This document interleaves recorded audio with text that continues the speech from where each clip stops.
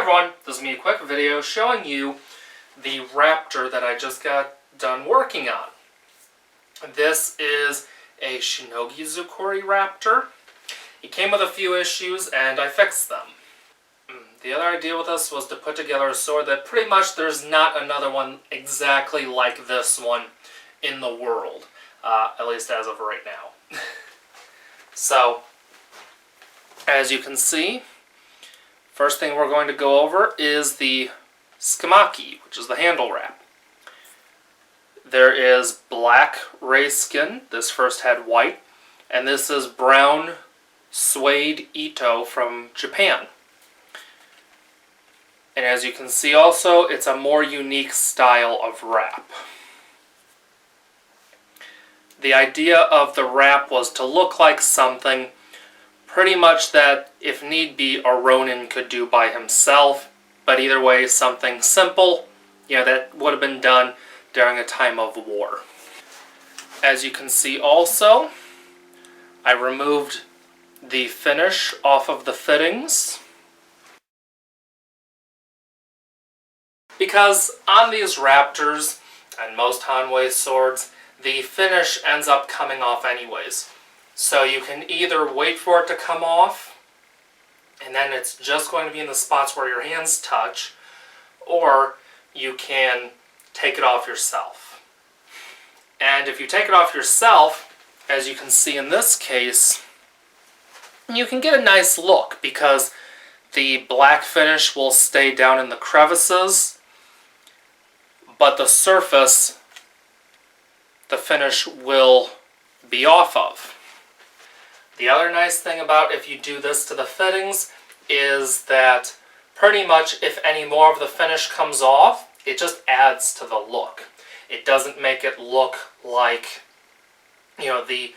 it's just wearing off of one spot. To me, it just adds to it. And the other nice thing is, right now, it's kind of shiny, not super shiny, but kind of shiny.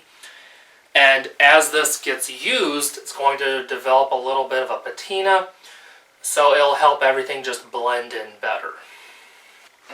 I also replaced the Makugi with Delrin, which is definitely an improvement in some ways over bamboo. Plus, it blends in with the black ray skin, which gives a much nicer look in my opinion. Also, and you can't see this, but underneath of the wrap, I had to do some repairs. One of them is there was a lot of wood overhanging in this area right here, so I took care of that. The end of the ska, which is the handle, needed to be reshaped, so I fixed that. Also, in the handle there was a bit of a crack. Not as bad as the previous Raptor that I worked on, but it was most certainly there. So I epoxied that. Now, a lot of people think that you can't epoxy a ska, or that it's a bad idea to epoxy a ska. The truth of the matter is, epoxy actually dries stronger than the material that you are actually epoxying most of the time. So, it'll make the ska pretty much as strong, if not stronger than it was originally. However, what has to be taken care of if you do something like that is you have to fix the reason why it cracked in the first place. Otherwise, if the ska isn't a perfect fit to the Nakago, which is the tang, then obviously it's just going to crack again, just in a different place. So this requires either some filing to the inside of the ska or some grinding on the tang. When doing this, you definitely want to know what you're doing, because if you take too much wood away from the inside of the handle, then the handle can, again, crack.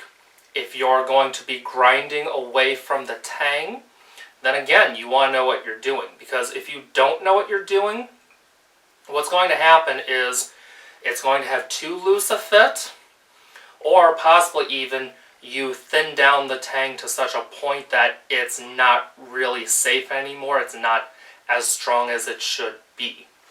So now with all that said, here's the tang. I removed any burrs because there were definitely some burrs around the Makugi especially. That's pretty common, unfortunately. But there were burrs on the tang. This is nice and smooth now to where it's, there's no sharp burrs. And I also, as you can see, ended up reshaping the end of the Nikago just a little bit. The reason why I ended up doing that is because the inside shape of the ska did not accommodate the shape that they had on the end of the tang.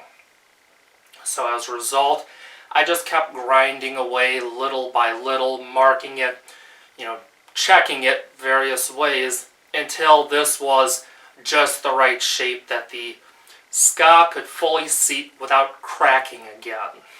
Next up, as you can see, I refinished the saya. This is an ebony wood stain.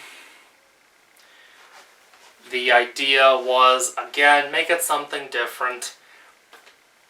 And the ebony makes it look more aged. It doesn't look brand new. The next thing you'll notice is the kojiri. As you can see, this is a very large kojiri. This here was actually a big piece of horn that I bought online, and then I fit it to the end of the saya. I cut the end of the saya first to make it shorter because this saya was too long for the blade. It really was. It was about 3 or 4 inches too long for the blade. So I shortened the saya, and then I put this nice horn kojiri on there.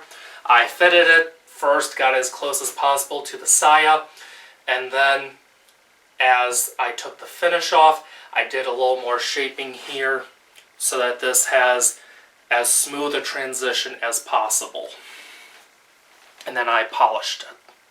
And I really like that. I might even do that to one of my own swords because I think that looks really cool. I took and I softened up the sagio because I personally prefer a softer sagio. I don't like a sagio that's really stiff because to me, when actually using the sword, it just takes away from actually using it. And honestly, sagio will eventually get soft from being used, so it's just speeding up the process. And as you can see, I also did the more unique knot that I do. This is a Myoga Musubi, which is generally it's used more on wakizashi and tanto towards the end of the sagio, but I use it on pretty much all of my swords closer to where the kurigata is, because it's just a little bit more unique.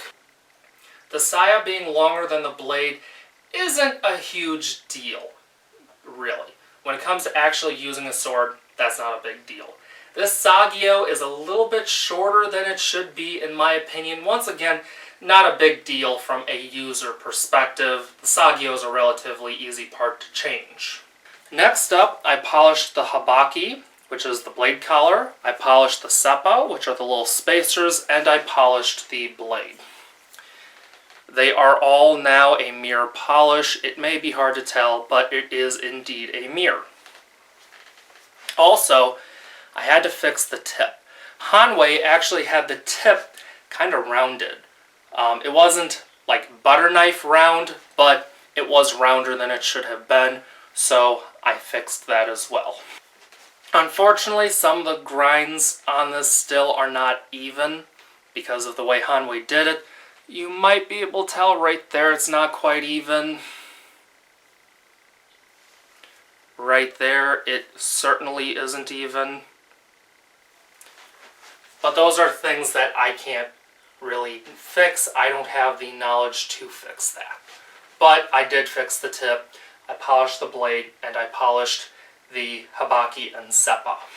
So that's pretty much it. That's the changes that I made to this Raptor. So as you can see, Hanwei still isn't doing these swords quite right. If you buy a Raptor, there are still things that need to be improved right out of the box. I do not find a sword having a cracked handle right out of the box acceptable, and you shouldn't either, especially for the price that these swords go for. Thanks for watching. Be sure to like, share, and subscribe. Follow me on Facebook, Instagram, and Twitter. I'll see you next video. See ya.